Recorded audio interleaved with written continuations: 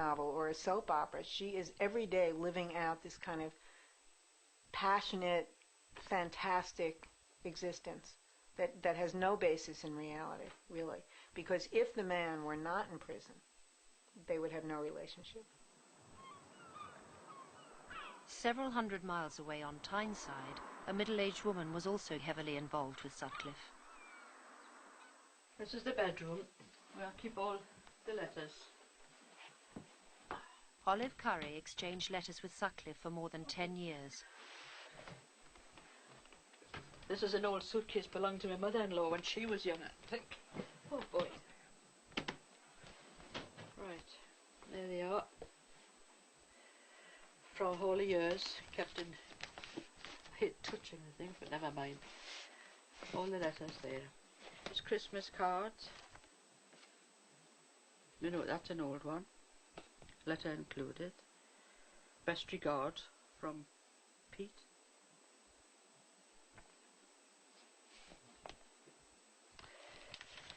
All the letters have a blue slip in because they must go through the censor. He gets a lot out without the censor, but never mind, that's what we have to have. And the censor's name on it.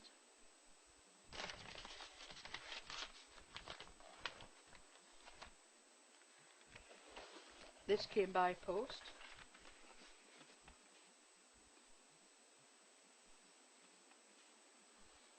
This is my husband and I. We had been to a wedding and we sent photographs, so we painted it from the photograph. But of course it's not framed and not on the wall. But there it is. It's a better one of me, I think, than my husband. But yeah. PWS, that's Peter William Sutcliffe. How do you feel about that picture?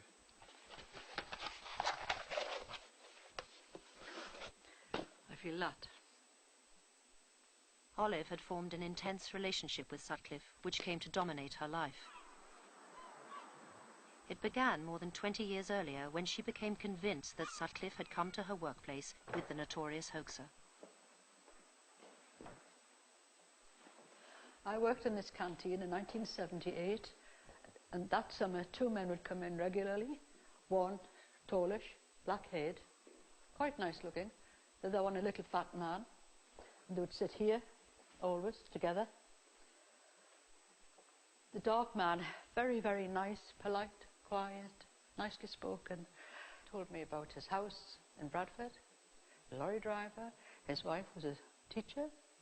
He even told me how much his house cost. When Sutcliffe was arrested and his photo appeared in the paper, Olive was certain it was the same man who had visited her canteen. I couldn't believe he could be the Yorkshire Ripper. When I read in the paper all the details, what he had told me, and I saw the photograph, it had to be him. Then I remembered his companion with a lisp.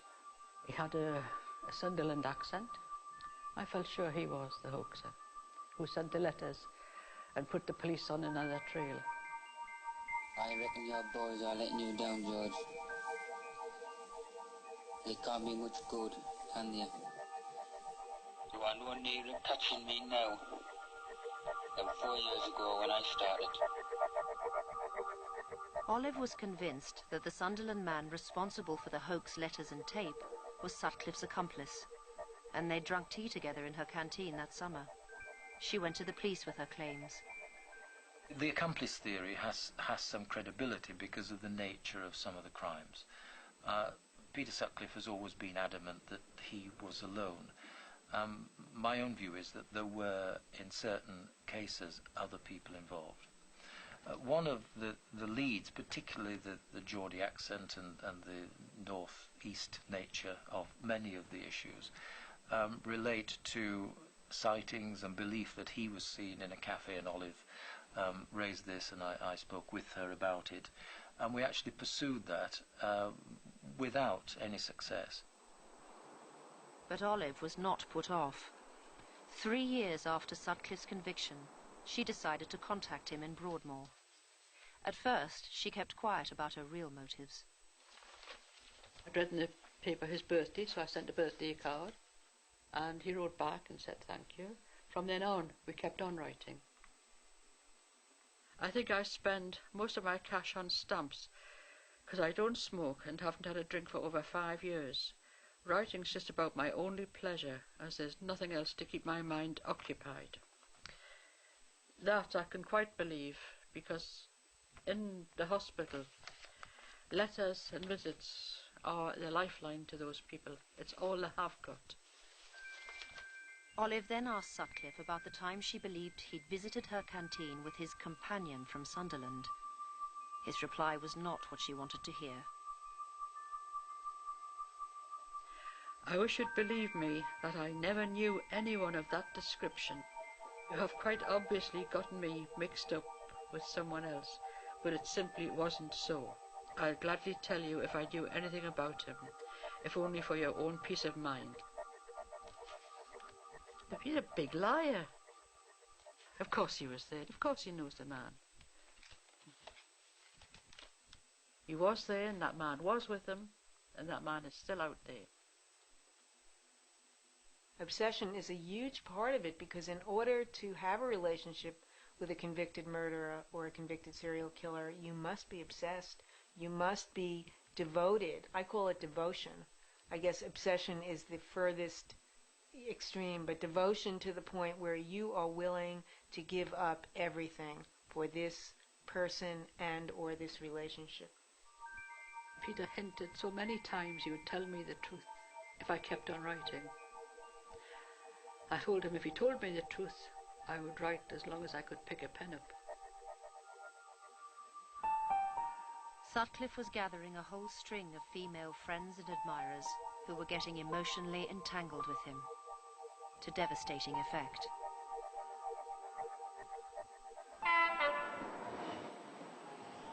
Sutcliffe began to take his game playing one step further. He started telling his various women friends about one another, putting them in touch and encouraging rivalry. He suggested to Diane that she might like to meet his old friend, Olive Curry. The two women struck up a friendship. Over the years, how many girls do you reckon there have been? So I've talked to particularly to 9 that I can think of, or been in touch with me, because he wanted to find out about them. He gave me your phone number. Do you think he wanted me to find out about you, or you about me? Yes, that was the other way, yes. Maybe it's part of the illness, I don't know. But they could develop this charm to cover up all the bad things. But of course he said the same thing to every one of them. If I had met you first. A lot of women wrote to him, and he would boast about the ones who wrote to him. He would even show me photographs of some of them and suggest that he'd had offers of marriage. Now, whether this was true or not, I don't know. But he was clearly flattered by it and clearly enjoyed the attention. He had all these girls, and what he wanted to know was tittle-tattle about the other girls. He put them in touch with me so that they would tell me things about each other, so I would tell him. The first girl that I knew about was a little girl from Scotland, a nice girl, very respectable girl. He led her on. She got very fond of him. Then he dropped her and said he's going back to his wife. And she cried on the phone to me and said this, you know, he's going back to his wife. Well, how on earth could he go back to his wife in Broadmoor? But anyway. And there's the 2 girls from Birmingham who would visit, sometimes together, sometimes separate, and he used them. One got so annoyed, she tracked one of the girls down and said, you leave him alone. Really besotted with them, these girls. And he knew it.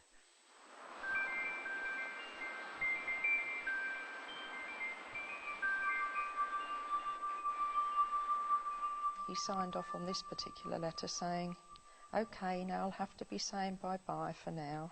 Sweet dreams, lots of happiness for you, and the biggest, most bestest ever, cloud 9, utopian, giant-sized, deliciously captivating, mind-blowingly scrumptious hug that you could possibly imagine. With all my love and fondest thoughts, always and always. ways. Comes across as quite a nice, normal chap. And at the time, these are all things I needed to hear, you must bear in mind. I was extremely lonely and desperately needed support and love and kindness. I couldn't have reached out to a man in general because I had nothing to offer him in terms of a physical or sexual relationship. In the research that I did, the bottom line that I found with most women who get into relationships with murderers is that they have had an abuse in their pasts, you know, some kind of abuse. And in some cases, a woman might have been abused in her childhood and also had a first husband or a first boyfriend who abused her. I had been severely abused in my early childhood and throughout my childhood, and my virginity was taken in rape. It was somebody outside of the family, and I had repressed all of that, and it often is the only safety mechanism for you, and sometimes all of that then rises to consciousness, and the trauma is there confronting you in your 30s. And this is the period when I started writing to Peter. Diane continued to exchange letters with Sutcliffe, and their relationship gathered momentum. He seemed to want it to grow closer. I can tell you're a caring person. And what's more, I like you. It's the way you speak in your letters. You're cautious, but warm and kind-hearted. He goes on to tell me, he says, I have a lot of long-term friends, you know, and I'm not shy by any means. I do know how to treat a lady and make her relax and enjoy herself. The mind boggled.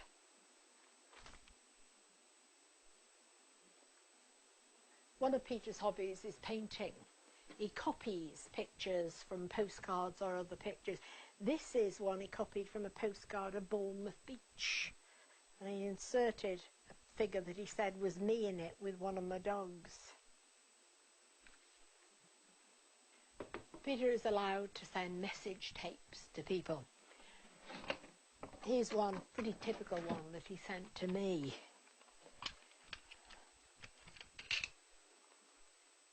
My husband and I listened to it at the breakfast table.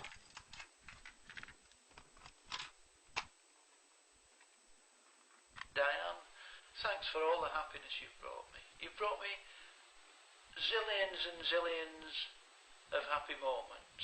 You've filled my heart with gladness, and all the good wishes you've sent me and the way you've helped me. And I'm just lost for words. There's nothing adequate enough to describe the way I feel about you as a friend. You mean the world to me, all right? Enough of that, because I tend to get carried away and all sloppy. No, I don't think you'd like that.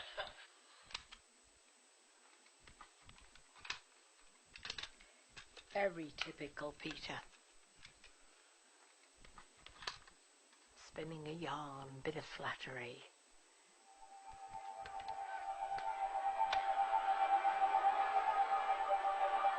At his trial, Sutcliffe had pleaded diminished responsibility for his murderous attacks. He claimed he was on a mission specially chosen by God. Sutcliffe said he first heard voices in his head while working as a gravedigger in Bingley Cemetery after leaving school. Although he later admitted that no woman was safe, he claimed that the voices told him that his mission was to clean the streets of prostitutes. Sutcliffe was not believed by the jury, and he was convicted of murder. 4 years later, he was transferred to Broadmoor to be treated for paranoid schizophrenia. There was never an instant where he showed that he was able to understand, to comprehend the enormity of what he'd done. If I thought that he knew precisely what he was doing, that he could help it, that he had a choice in the matter, I would not have visited him.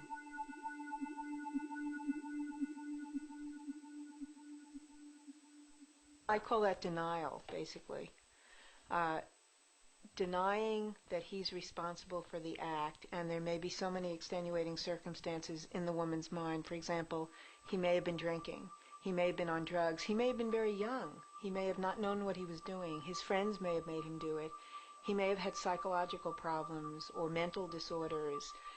It allows the woman to enter into an intimate relationship with a murderer because he's not really a murderer. He's not really a bad person.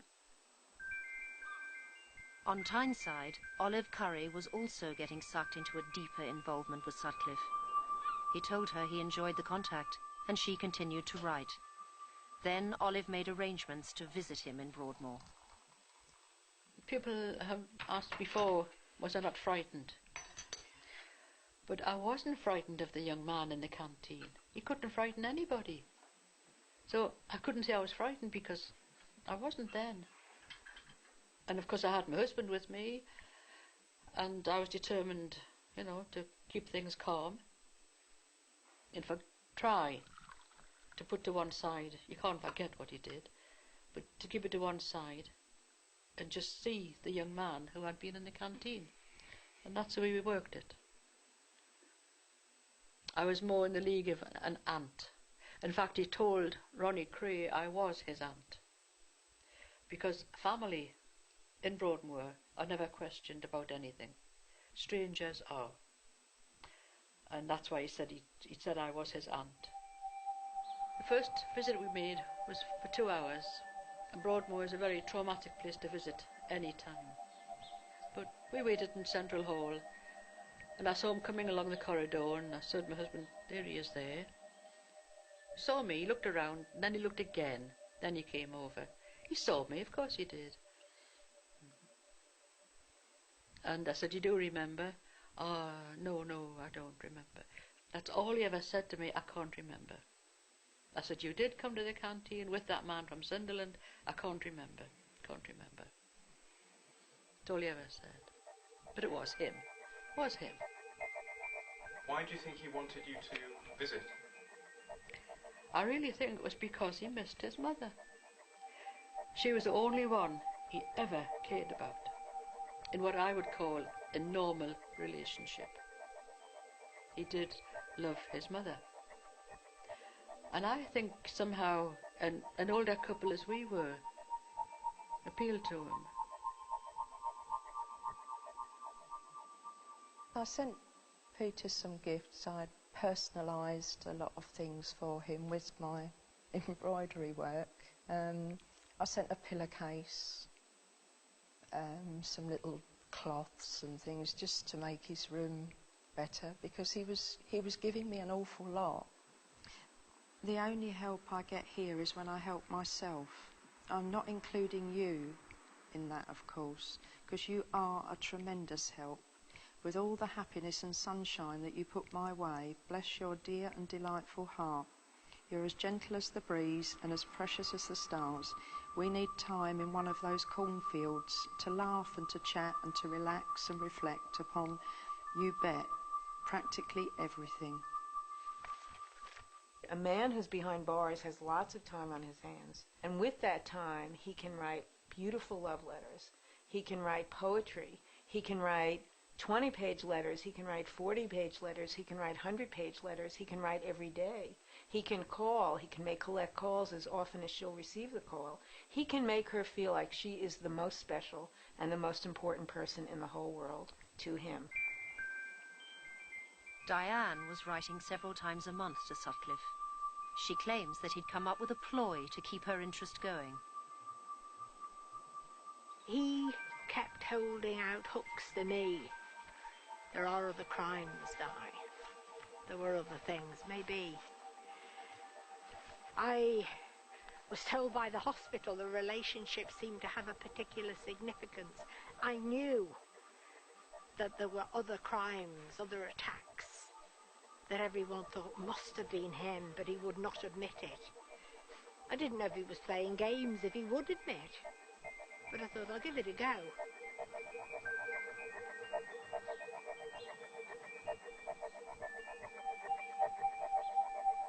Diane kept up her contact. Then on one visit, quite unexpectedly, the tone of their contact changed. When it was time to go, instead of the customary hug, he suddenly gave me a kiss, which was unexpected, and I wasn't quite sure how to react. The two things had come together. There were other crimes, and he felt affection, or he said he felt affection. Whatever I'd expected, it wasn't this, and it was uncomfortable. The whole situation had become uncomfortable.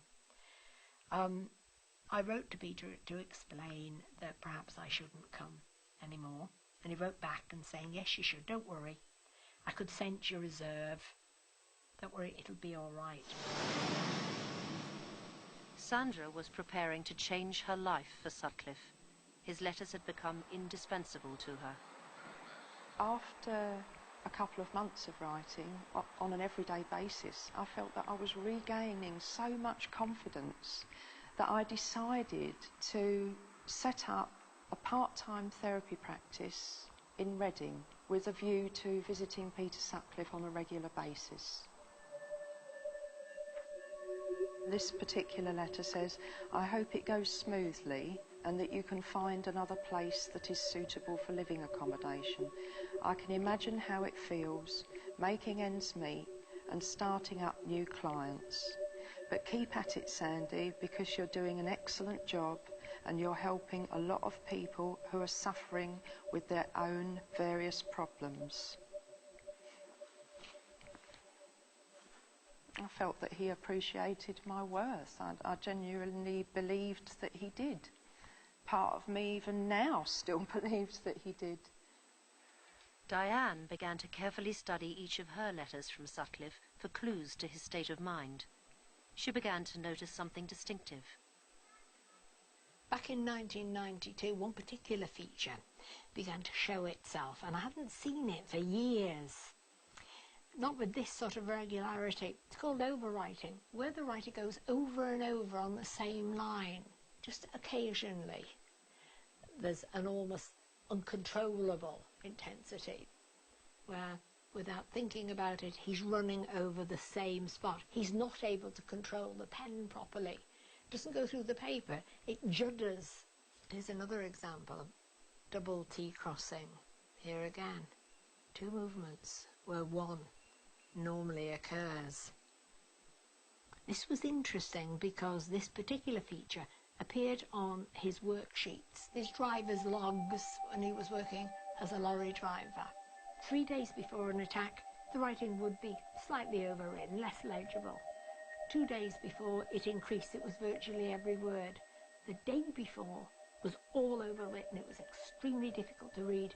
Then came an attack. The writing reverted back to as it had been in the first place. Now, it wasn't appearing to that degree in these letters, but it was increasing, indicating here we have a rising level of anxiety. Something was happening, and I felt to capitalise on it, this is the time to start pressurising him, bringing in the fact that he could now confess to some of the attacks that he'd been hinting to me that he had committed. I contacted Chief Constable Keith Halliwell and suggested that he might like to interview Peter Sutcliffe. I would use and did use anything I could professionally with my relationship with him and using any other opportunity I had to get to the truth. Diane Simpson, certainly she was helping me, particularly feeding back to me his mood, his state of mind, through her relationship. Halliwell went to see Sutcliffe in Broadmoor in October of '92. Sutcliffe confessed to 2 other attempted murders. I thought, right, there were many more possibles. Let's see how far we can go. Week after week, Diane continued to write to Sutcliffe. Once a month, she went to see him in Broadmoor. She says her motive was simply to seek further confessions. I didn't think that he would confess specifically to me. I pondered upon whether or not he had reached a time of his life that he wished to speak to clear the decks, as it were. At this stage of the game, I didn't realise that not for sure that it was a ploy to keep my interest going, which I believe it was. We've exchanged Christmas cards, Valentine's Day cards. Well, this is ostensibly it was arrived on the 14th of February. It's actually a quote from the Bible and saying, just to make me smile on Valentine's Day. Who on earth could this be from? If you think it's me, you could be wrong, tee-hee. He sent them by the dozen. This was one of many. It's the way he did things.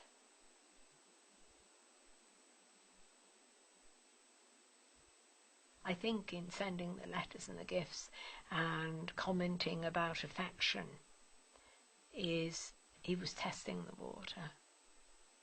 I don't think any of the love that was professed by inference was meant at all.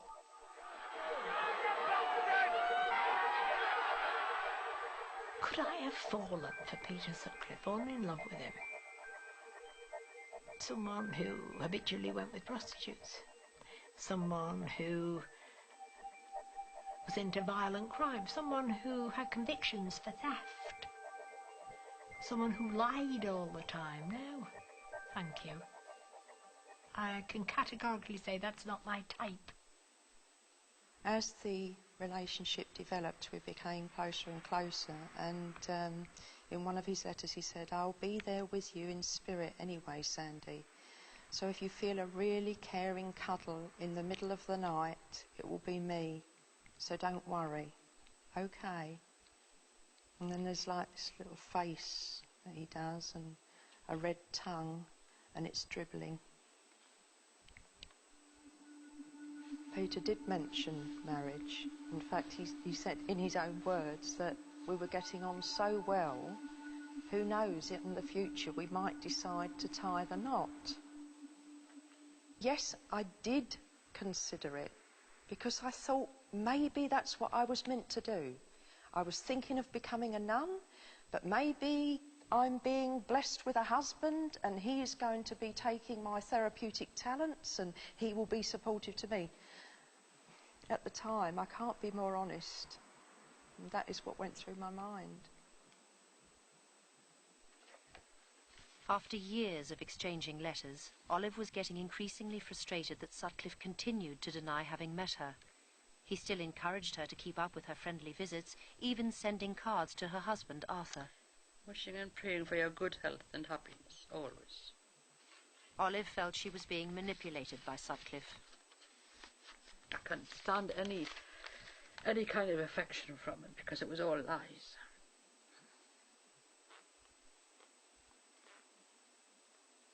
All lies.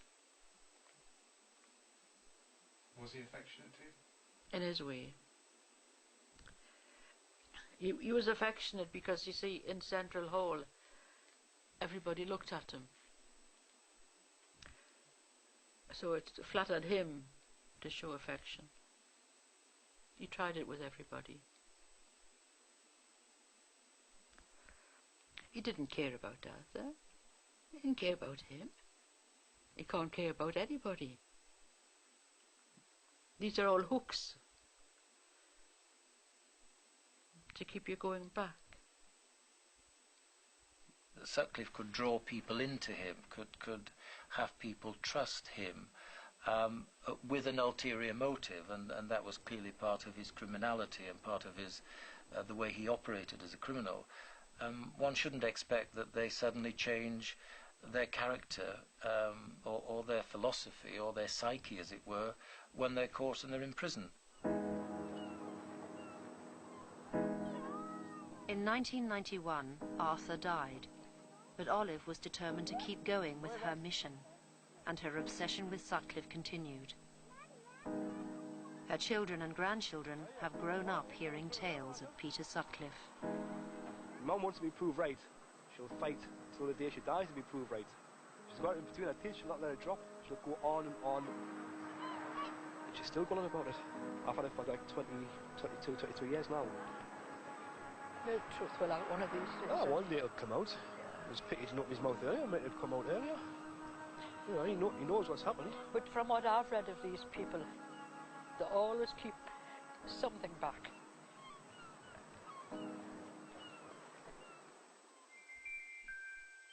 After many months of intimate letters, Sandra was about to fall victim to Sutcliffe's game playing. She had not yet met him. He suggested that she come for an interview at the hospital to become one of his visitors. He was expressing very profoundly that he wanted us to meet, and not just meet, it was like the next indispensable step towards a future. And he says in this letter, I hope you get through the interview okay, because I'm counting on you, my sweet. I do love you dearly. As Sandra arrived at Broadmoor, something unexpected was about to happen. I can remember going into the environment and thinking, there's something not quite right here. It was as if a decision had been made prior to my presenting myself there in person. The forensic psychiatrist had been reading the letters, and she'd seen that I was supporting him and helping him and giving him tapes and so on and so forth, and I felt that she'd just made a decision that she was going to reject me. And the one thing that she did that I wasn't ready for was to say to me, how do you feel about him writing to other women? You don't like it, do you? And I said, no, I don't. And after I'd answered that question, the interview was closed. At that point, I thought, I must just be a number. And I think he did refer to me as number one on a couple of occasions. You're my number one. Well, it wasn't until it got to that stage that I realised that there was loads more than just number one.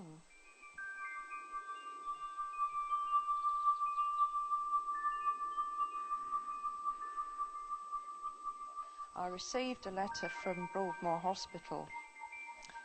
The decision to withhold visiting in this case was made by the clinical team in consultation with the patient, who does not wish to have an exclusive relationship with a female correspondent or visitor. He wishes to continue to have a number of female friends. If Peter responded to letters from women antagonistically, rudely, crudely, cruelly, they wouldn't write back, because he doesn't. Bait's a trap. They think they've discovered somebody quite different. It's not until they get as close as can be, and then, when they're vulnerable, is when they'll take away the emotional lifeline. I felt like I'd been brutally, destructively indoctrinated with so much pain and confusion emotionally. This was just before Christmas. I had no one to confide in about it, so I landed up feeling suicidal myself.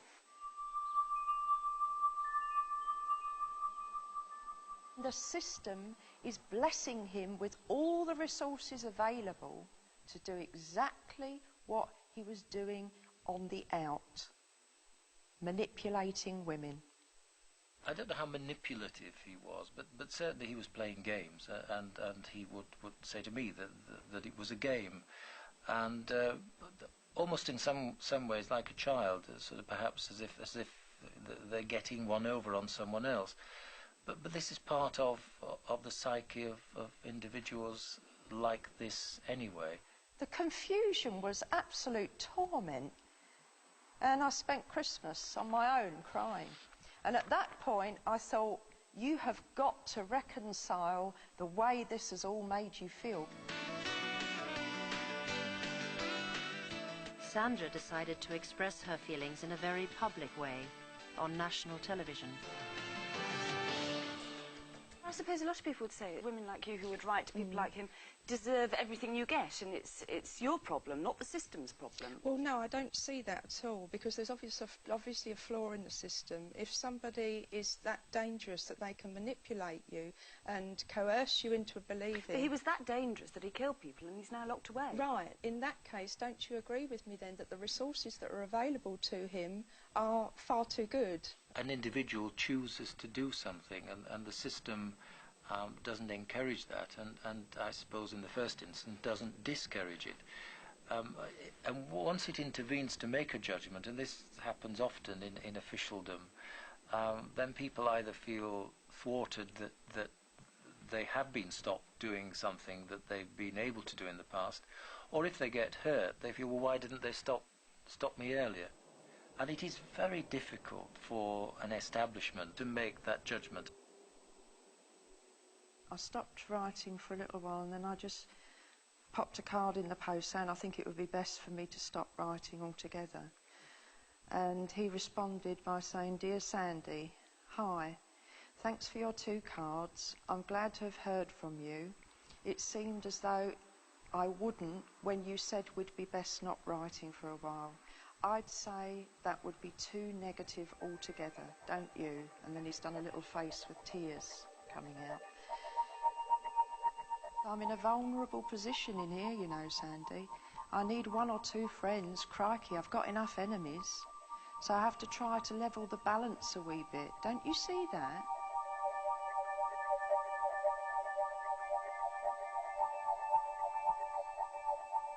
Last year, Diane finally realised that she too was being used by Sutcliffe. There had been no more confessions, despite another 8 years in close contact with him. Instead, their relationship took a new turn. She began to receive emails from one of his latest girlfriends. When she first wrote to me, she had no idea there were other girlfriends. Diane broke the news to her that she was one of many. She was distraught. I feel shattered and broken because he's built me up for such a fall. He made me a better person. Overnight I find I've changed again, worse than ever. I can't sleep, I can't eat. Why did he do this?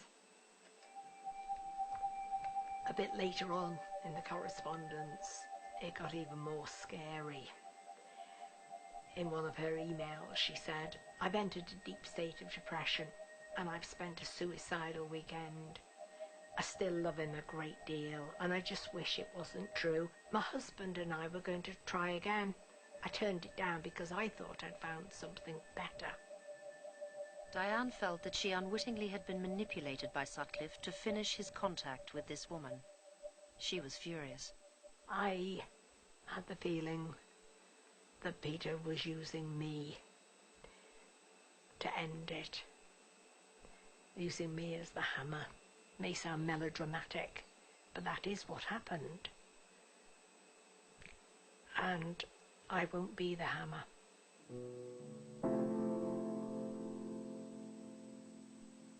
After a 12-year relationship with Sutcliffe and more than 400 hours of visits, Diane felt it could no longer continue.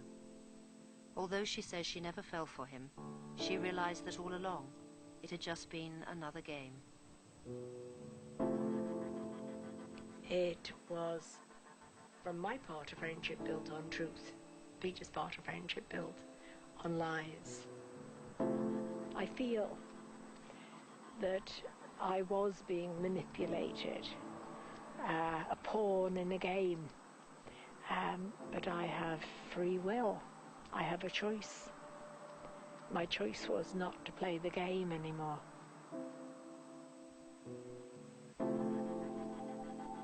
In 1998, I suppose I'd reconciled a lot because by then I was married, and I did write to him. I wrote to him to let him know that I was married. I guess I'd grown, I'd moved forward. I didn't feel confused. I saw it exactly for what it really is. He also wrote, "What can I really offer you anyway? It's a strange situation being locked away."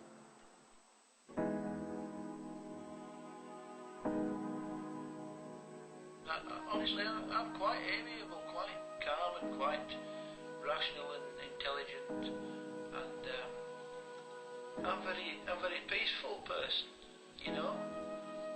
You've got to meet me really and have a conversation.